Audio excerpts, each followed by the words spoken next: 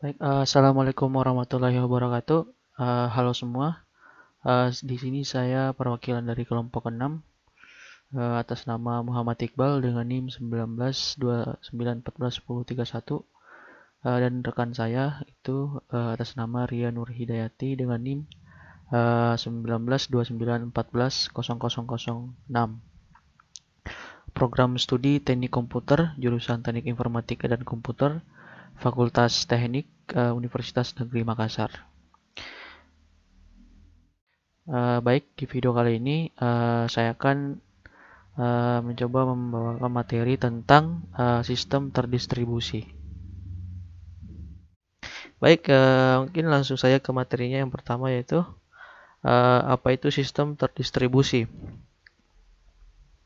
Nah, sistem terdistribusi ini terdiri dari dua kata, yaitu sistem dan terdistribusi.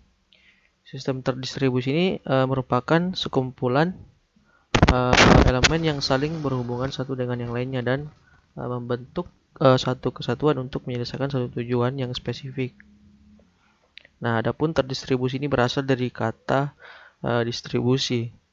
Nah, yang artinya merupakan lawan kata dari sentralisasi, yang artinya penyebaran, sirkulasi, penyerahan, pembagian menjadi bagian-bagian kecil. Baik, selanjutnya, apakah tujuan dari sistem terdistribusi itu? Nah, adapun tujuan dari sistem terdistribusi ini, yang pertama itu untuk memberikan akses bagi pengguna agar dapat mengembangkan sumber daya sistemnya. Terus peningkatan kecepatan komputasi, meningkatkan availabilitas atau ketersediaan dan reliabilitas data. Lalu mengatasi bottleneck atau kemacetan, di mana tumpukan pekerjaan pada suatu terminal dapat didistribusikan ke terminal-terminal lain. Lalu mendukung layanan, mendukung sistem kerja jarak jauh, dan terakhir mendukung kerja kelompok. Nah, selanjutnya ada karakteristik sistem terdistribusi. Nah, yang pertama ada resource access and sharing. Nah, karakteristik ini juga yang menentukan siapa saja yang dapat mengakses sebuah resource dalam sebuah sistem terdistribusi. Nah, yang kedua ada openness atau keterbukaan. Sebuah keterbukaan dalam sistem terdistribusi itu memiliki pengertian kemampuan sebuah sistem dalam mengembangkan fleksibilitas terhadap peningkatan kinerja sebuah sistem.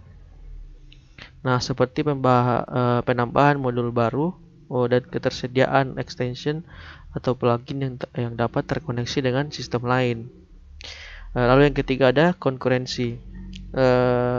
Semua sistem terdistribusi itu dilakukan secara konkurensi, atau artinya konkurensi ini artinya secara bersama-sama. Nah, hal ini dilakukan untuk mencegah inkonsistensi dalam ketidakvalidan sebuah data dan proses. Nah, lalu ada scalability. Nah, scalability ini memiliki pengertian bahwa sebuah sistem terdistribusi itu harus dapat tingkatkan kinerjanya tanpa mengubah komponen-komponen di dalamnya. Lalu selanjutnya ada fault tolerance atau toleransi kesalahan. Nah, kesalahan sendiri itu pasti terjadi dalam sebuah sistem, entah itu disebabkan karena jaringan atau power supply, bencana alam, atau human error. Nah, sebuah sistem terdistribusi ini itu dirancang memiliki kemampuan untuk mengatasi hal-hal tersebut. Nah, terakhir itu ada transparansi. Nah, secara umum ini transparansi ini di sini tidak berlaku untuk user biasa yang mengutamakan fungsionalitas, apakah ia sedang menggunakan sistem yang terdistribusi atau tidak. Namun secara khusus itu bagi seorang pengelola, baik itu developer atau administrator, sangat perlu untuk mengetahui arsitektur dari sistem yang akan atau sedang digunakan karena untuk mempermudah bagi mereka dalam mengembangkan dan memelihara sistem tersebut. Nah, selanjutnya itu sistem terdistribusi dibutuhkan dalam perusahaan digital. Nah, untuk saat ini tuh makin banyak perusahaan yang menyerap teknologi informasi, khususnya teknologi komputer dan jaringan. Nah, meskipun ada yang sekedar ikut arus, tapi tidak sedikit juga di antara mereka itu memiliki gagasan untuk membangun perusahaan digital. Nah, sejumlah perusahaan itu biasanya memulai dengan memberikan fasilitas komputer di setiap meja karyawan administrasinya. Hal itu agar proses pembuatan surat dan laporan menjadi lebih cepat dan kapabilitas serta citra perusahaan di mata pelanggan menjadi semakin meningkat. Nah, untuk perusahaan digital sendiri itu didefinisikan sebagai suatu perusahaan di mana hampir semua proses bisnis dan hubungan dengan pelanggan, pemasok, mitra kerja dan pihak internal perusahaan itu serta pengelolaan aset-aset perusahaan yang meliputi properti intelektual, kompetensi utama, keuangan dan sumber daya manusia yang telah dilakukan secara digital, khususnya yang berkaitan dengan data dan pengolahannya serta penyajian dan pendistribusiannya informasi yang dihasilkan. Lalu untuk mewujudkan gagasan perusahaan digital tersebut itu maka perusahaan perlu melakukan investasi baru dalam bentuk teknologi informasi. Nah, untuk mendigitalkan sistem informasi, khususnya ada 4 sistem yaitu pertama ada Supply Chain Management System atau disingkat SCMS. Nah, sistem ini yang akan menjamin kelancaran manajemen dan rantai pasokan sehingga proses produksi dan distribusi itu menjadi lebih efektif. Lalu sistem yang kedua itu Customer Relationship Management System. Nah, ini sistem ini yang akan menjamin kelancaran komunikasi antara perusahaan dengan pelanggan sehingga relasi antara perusahaan dan pelanggan ini dapat terus berjalan dengan baik. Lalu ada enterprise system.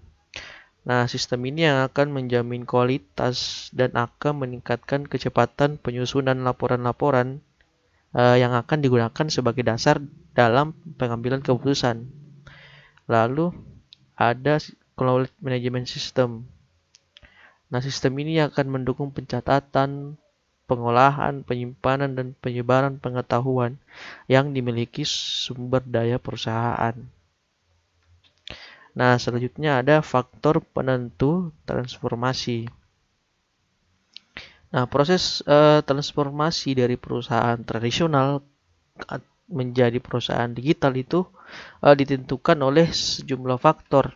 Nah, faktornya yang pertama adalah pada kategori teknis. Nah, yang meliputi investasi baik perangkat keras dan sistem yang menjadi infrastruktur dasar serta penyediaan perangkat lunak khususnya aplikasi sistem informasi. Kategori teknis terdiri dari pertama itu investasi teknologi informasi besar-besaran, lalu pembangunan sistem informasi yang berbasis teknologi informasi di setiap lini perusahaan dan penerapan sistem terdistribusi secara optimal. Nah, faktor selanjutnya itu pada kategori birokrasi, meliputi struktur pengorganisasian dan sistem koordinasi yang berlangsung dalam perusahaan. Kategori ini itu terdiri dari transformasi struktur birokrasi, lalu sistem koordinasi. Nah, faktor selanjutnya lagi itu manajemen. Yang perlu diperhatikan meliputi itu pengelolaan finansial, aset pengetahuan dan keterampilan, inovasi dalam melahirkan produk-produk baru, serta pengelolaan transaksi tersebar. Kategori ini terdiri dari yang pertama pengelolaan finansial, pengelolaan aset pengetahuan dan keterampilan, lalu lahirnya produk-produk inovatif, dan pengelolaan transaksi di lokasi tersebar. Nah, selanjutnya itu tantangan perusahaan digital. Nah, bertransformasi menjadi sebuah perusahaan digital itu bukan berarti seperti jalan mulus. Nah, malah sebaliknya justru melahirkan tantangan-tantangan baru yang harus dicermati. Adapun tantangan tersebut itu diantaranya penciptaan strategis bisnis, globalisasi, perencanaan, penyediaan dan infrastruktur dan arsitektur informasi client server yang menjadi basis pengembangan sistem terdistribusi, serta melakukan kontrol dan respon yang memadai. Khusus tantangan berupa perencanaan serta penyediaan infrastruktur itu dan penciptaan arsitektur. Perusahaan harus mulai belajar untuk membuat perencanaan investasi teknologi yang memiliki karakteristik cepat usang ini. Namun tanpa berinvestasi teknologi ini, maka perusahaan akan tertinggal dari para pesaing atau keterasingan, karena berbagai pihak terkait dan para pelanggan juga sudah mulai menyukai akses secara digital. Nah, di samping itu perusahaan juga dihadapkan pada pemilihan arsitektur dan topologi jaringan komputer, serta platform sistem operasi yang akan diterapkannya. Kesalahan dalam membangun arsitektur jaringan komputer saja itu mempengaruhi kinerja sistem informasi perusahaan secara keseluruhan. Nah, selanjutnya kita masuk di pengembangan sistem terdistribusi. Nah, dalam satu dekade terakhir ini, teknologi informasi itu telah mengalami konvergensi atau perpaduan antara tiga kutub utama, yaitu teknologi komputer, telekomunikasi, dan multimedia. Konvergensi ini dari ketiganya telah melahirkan inovasi-inovasi teknologi, produk dan layanan teknologi informasi yang terbaru seperti internet, telepon seluler, dan personal digital asisten dengan aplikasi-aplikasinya. Nah, hal ini membuka fenomena baru dalam eksplorasi pengembangan sistem terdistribusi. Nah, konvergensi teknologi informasi juga memungkinkan dilakukannya diversifikasi layanan client server seperti jasa layanan perbankan, anjungan tunai manisir atau ATM, terus ada internet banking dan lain-lain. Nah, ini bentuk ilustrasi dari konvergensi teknologi informasi. Nah, yang pertama itu kita bahas tentang komputer. Nah, kemampuan komputasi telah memungkinkan perusahaan untuk mengolah data yang masuk dengan prosedur-prosedur standar maupun rumus-rumus yang rumit dengan kecepatan yang cepat dan tingkat keakuratan yang sangat tinggi. Lalu ada multimedia. Multimedia telah memungkinkan dilakukannya penyajian dan komunikasi secara visual dengan sentuhan teknik penyajian grafis yang tinggi. Lalu yang terakhir itu adalah telekomunikasi. Nah, kemampuan telekomunikasi ini telah memungkinkan dilakukannya distribusi data dan informasi secara cepat dan teratur, serta distribusi proses agar tidak terjadi bottleneck pada suatu komputer. Nah, kemampuan telekomunikasi juga membuka kemungkinan dilakukannya komunikasi secara intens, baik dalam lingkungan perusahaan maupun dengan pihak-pihak terkait lainnya. Nah, konvergensi dari ketiga teknologi tersebut telah melahirkan teknologi internet. Nah, internet sendiri itu merupakan suatu jaringan komunikasi tanpa batas yang melibatkan jutaan komputer pribadi yang tersebar di seluruh dunia dengan protokol Transmission Control Protocol atau Internal Protocol TCP atau IP, dan didukung oleh media telekomunikasi seperti satelit dan paket radio.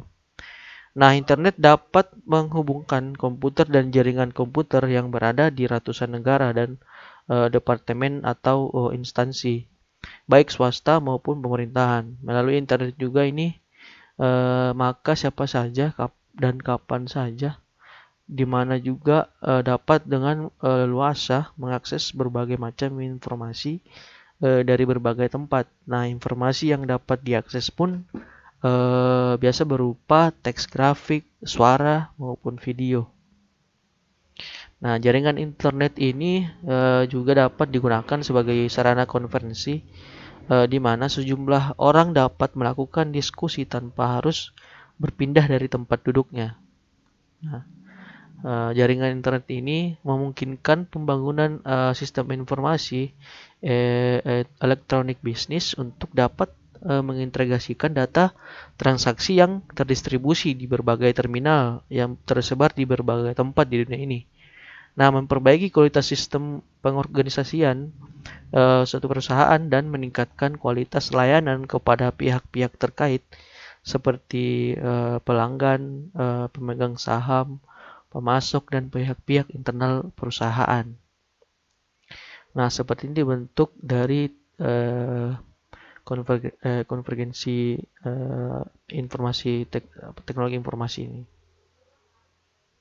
Nah, jadi konvergensi teknologi informasi ini telah memungkinkan perusahaan untuk membangun sistem terdistribusi yang akan mengalirkan data.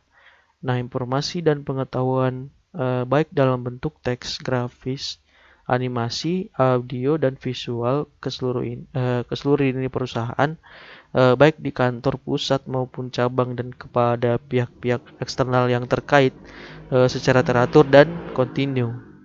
Nah, selanjutnya itu ada konsep dasar sistem terdistribusi. Nah, berawal dari pengertian kata-kata pembentuknya, sistem terdistribusi ini dapat didefinisikan sebagai suatu kesatuan dan elemen-elemen yang saling berinteraksi secara sistematis dan teratur. Nah, adapun infrastruktur utama dari aplikasi sistem terdistribusi ini meliputi antara lain yang pertama adalah jaringan komputer, baik dalam skala lokal, metropolitan, skala luas, maupun skala global.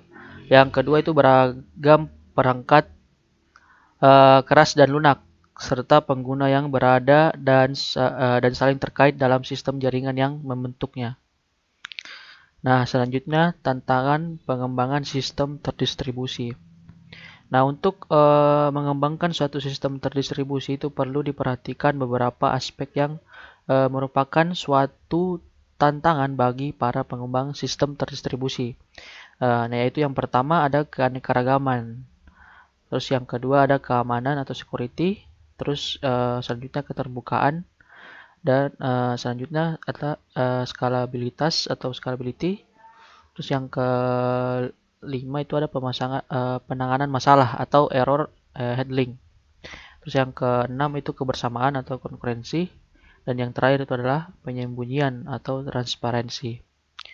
Nah, berdasarkan aspek-aspek sistem terdistribusi ini yang disembunyikan. Nah, penyembunyian ini terdiri dari beberapa jenis. Nah, yaitu yang pertama ada penyembunyian akses. Nah, seseorang yang bekerja dalam lingkungan sistem dapat mengakses berbagai sumber daya yang berada dalam lingkungan tersebut untuk penyelesaian pekerjaannya. Nah, misalnya seseorang sekretaris dapat mencetak dokumennya secara paralel, yaitu di local printer yang langsung terhubung dengan komputer di mejanya maupun remote printer dalam lingkungan sistem terdistribusi, sehingga pekerjaan pencetakan dokumen dapat segera diselesaikan. Nah, yang kedua ada penyembunyian lokasi. Nah, pengguna layanan transaksi itu tersebar tidak perlu mengetahui lokasi basis data yang akan diakses. Nah, pengguna layanan transaksi juga dapat mengakses basis data dari mana saja sejauh memiliki fasilitas untuk mengakses basis data yang bersangkutan. Nah, misalnya nasabah bank yang melakukan transaksi lewat ATM itu tidak perlu repot untuk mengetahui letak basis data yang akan diakses. Nah, nasabah juga itu dapat melakukan transaksi ATM dari ATM bank dimanapun. Nah, selanjutnya yang ketiga itu ada penyembunyian kebersamaan. Nah, pengelola data nasabah di bank misalnya tidak perlu bingung untuk melayani transaksi untuk nasabah tertentu karena sistem terdistribusi itu mampu menangani transaksi yang terjadi bersama. Sebagai contoh, nasabah dapat menarik dana dari mesin ATM. Nah, sedangkan pada saat yang bersamaan juga ada rekanan dari nasabah tersebut yang melakukan transfer dana ke rekening nasabah yang sama. Nah, yang keempat itu ada penyembunyian replikasi. Nah, pengguna tidak terpengaruh apakah ia mengakses basis data orisinil atau replikasi. Misalnya, pengguna jasa ATM bank tidak perlu direpotkan dengan basis data orisinil atau replikasi yang diakses. Nah, contohnya itu suatu waktu sebuah bank yang berpusat di Jakarta itu melakukan replikasi basis data di Surabaya untuk membantu melayani transaksi di Surabaya dan sekitarnya. Nah, nasabah di Surabaya yang semula dilayani oleh server Jakarta itu tidak melihat atau direpotkan oleh pergantian server ini. Nah, yang kelima itu ada penyembunyian masalah. Nah, apabila salah satu komputer dalam sistem terdistribusi itu mengalami kerusakan, kerusakan tersebut itu dapat diatasi secara langsung dan cepat tanpa terlihat uh, dan tidak memerlukan banyak campur tangan dari pengguna. Misalnya dalam kasus server basis data bank di Jakarta yang direplikasikan di Surabaya sebelumnya, itu bila mana server basis data di Jakarta down, maka transaksi nasabah dilakukan oleh server basis data di Surabaya. Namun pergantian server basis data ini tidak terlihat dan tidak merepotkan nasabah. Nah, selanjutnya yang keenam itu ada penyembunyian skala. Nah, pengguna tidak terpengaruh oleh direpotkan apabila komputer-komputer dalam sistem terdistribusi itu di-upgrade guna meningkatkan kinerja dan jangkauan layanan. Misalnya, nasabah ATM itu tidak terpengaruh atau terganggu apabila prosesor dan memori basis data bank ditambah. Nah, dan selanjutnya itu ada arsitektur sistem terdistribusi. Nah, arsitektur didefinisikan sebagai suatu rancangan untuk penyusunan dan operasi komponen-komponen suatu sistem. Nah, di mana rancangan tersebut itu mengidentifikasi komponen beserta fungsi masing-masing komponen, konektivitas atau hubungan antara komponen, dan mendeskripsikan pemetaan fungsionalitas ke dalam komponen. Dengan demikian, arsitektur sistem terdistribusi itu diharapkan mampu menyediakan gambaran fisik dari logika dan sistem, serta mampu menyediakan spesifikasi dari komponen-komponen sistem beserta hubungan antara komponen dalam sistem. Hal-hal yang dijabarkan dalam arsitektur sistem itu terdistribusi amat penting. Artinya dalam usaha pengembangan, implementasi dan pemeliharaan sistem terdistribusi. Nah, adapun beberapa jenis arsitektur sistem terdistribusi itu ialah yang pertama ada client server. Nah, klien ini menghubungi server untuk mendapatkan data yang kemudian memformat dan menampilkan pada pengguna. Arsitektur ini terdiri dari 3 jenis, yaitu arsitektur 2-tier, 3-tier, dan n-tier. Nah, yang kedua thread coupled atau Thread couplet atau clustered, mesin-mesin terintegrasi yang menjalankan proses yang sama secara bersamaan dengan membagi tugas ke dalam beberapa bagian yang dijalankan masing-masing mesin. Apabila proses telah selesai, hasil pengerjaan masing-masing mesin digabungkan menjadi satu. Nah, yang ketiga ada peer-to-peer. Nah, arsitektur di mana tidak ada mesin yang menyediakan layanan atau mengelola sumber daya jaringan sehingga segala tanggung jawab itu dibagikan di antara seluruh mesin. Dikenal dengan istilah peer. Baik, sekarang kita masuk pada proses dan objek dan layanan terdistribusi. Baik, yang pertama itu proses terdistribusi. Nah, proses terdistribusi ini dapat diaplikasikan pada berbagai ruang kerja. Sebagai contoh itu penerapan proses terdistribusi itu adalah seperti sistem perbankan. Nah, misalnya pada sebuah bank itu pelayanan nasabah yang menabung dilayani oleh teller. Nah, kasus lain itu pengguna proses terdistribusi ini adalah seperti pencatatan data mahasiswa.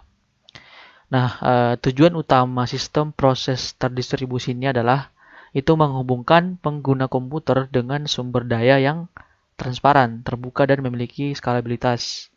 Nah, dengan semakin mahalnya perangkat keras komputer itu, maka konsep proses terdistribusi ini mulai digunakan di mana beberapa komputer akan mengerjakan sebuah pekerjaan besar seperti paralel.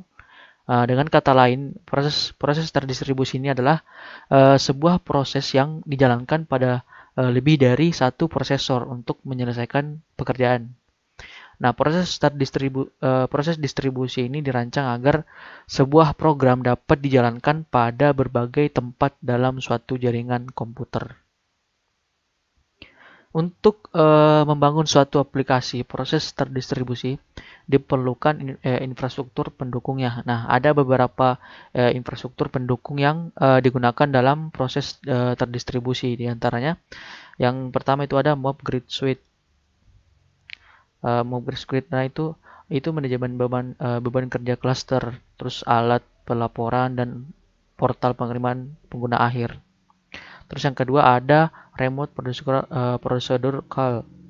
Nah, ini mekanisme komunikasi tingkat tinggi ini memungkinkan proses pada mesin yang berbeda untuk berkomunikasi. Nah, menggunakan panggilan prosedur meskipun mereka itu tidak berbagi ruang alamat yang sama.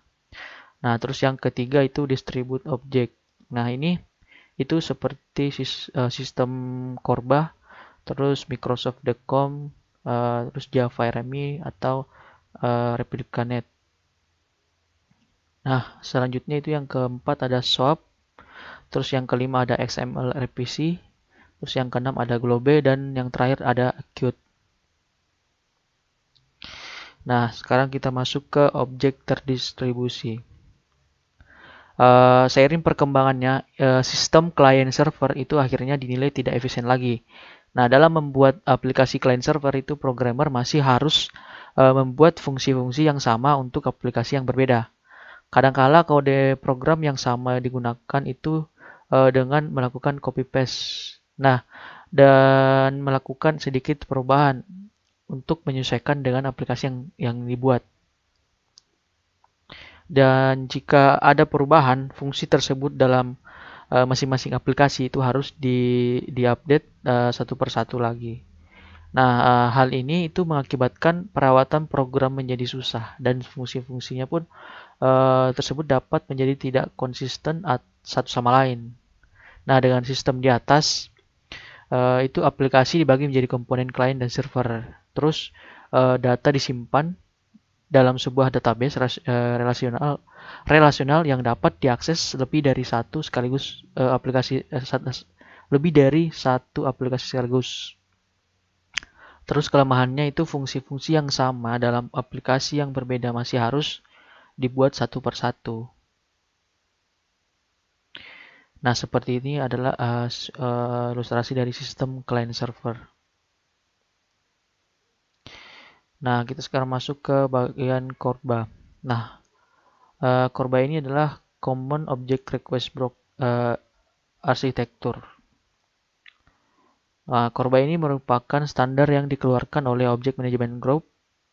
Spesifikasi Corba ini itu berisi sebuah spesifikasi infrastruktur yang disebut Object Request Broker, yang memungkinkan aplikasi klien untuk dapat berkomunikasi dengan objek secara remote.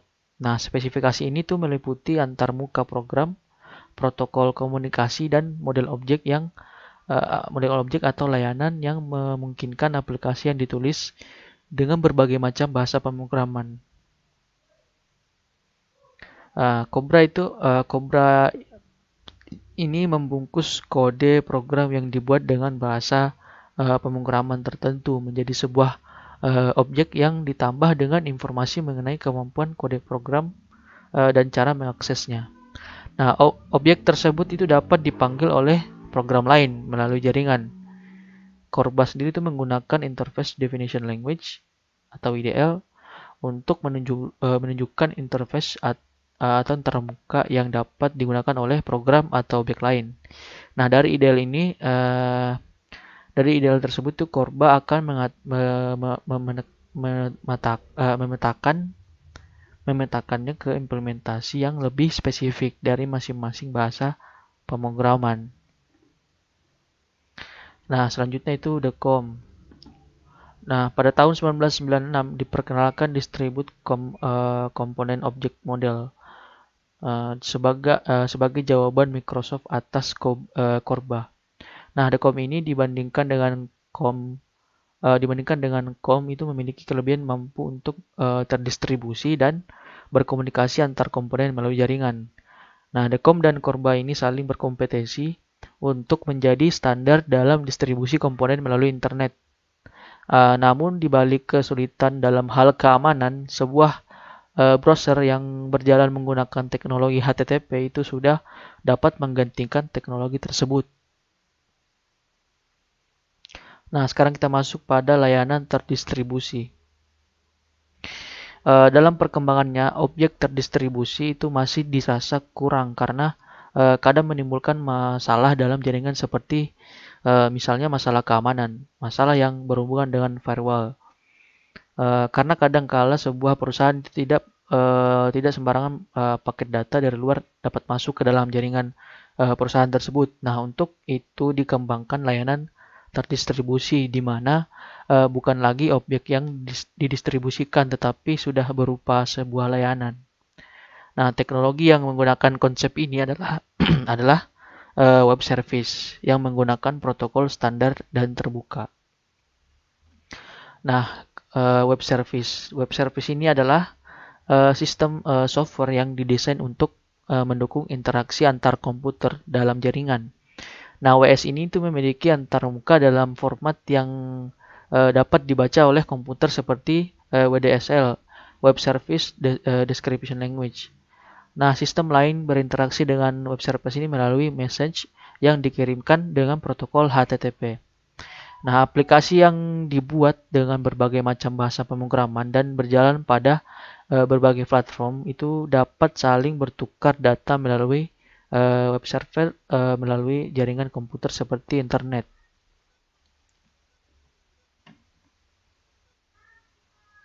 Nah, untuk keuntungan web service ini adalah itu yang pertama, web service ini memungkinkan aplikasi yang berjalan dalam berbagai platform itu untuk dapat saling berinteraksi. Nah, yang kedua, itu web service ini menggunakan standar dan protokol yang terbuka. Nah, terus yang ketiga, dengan menggunakan protokol HTTP itu web service dapat melalui berbagai macam firewall tanpa harus banyak mengubah konfigurasi firewall tersebut. Nah, yang keempat itu web service memungkinkan penggabungan aplikasi dan layanan dari berbagai perusahaan untuk menyediakan layanan yang terintegrasi oleh pengguna. Nah, untuk kelemahan web service tersendiri itu yang pertama karena terlalu relatif baru, itu fasilitas standar yang dimiliki oleh web service ini masih terbatas bila dibandingkan dengan teknologi yang lebih matang seperti Korba. Dan kedua itu kinerja web service. Nah, masih kalah jika dibandingkan dengan teknologi terdistribusi lainnya karena menggunakan format teks dalam melakukan pertukaran data. Oke, baik. Mungkin cukup sekian pemaparan materi dari saya.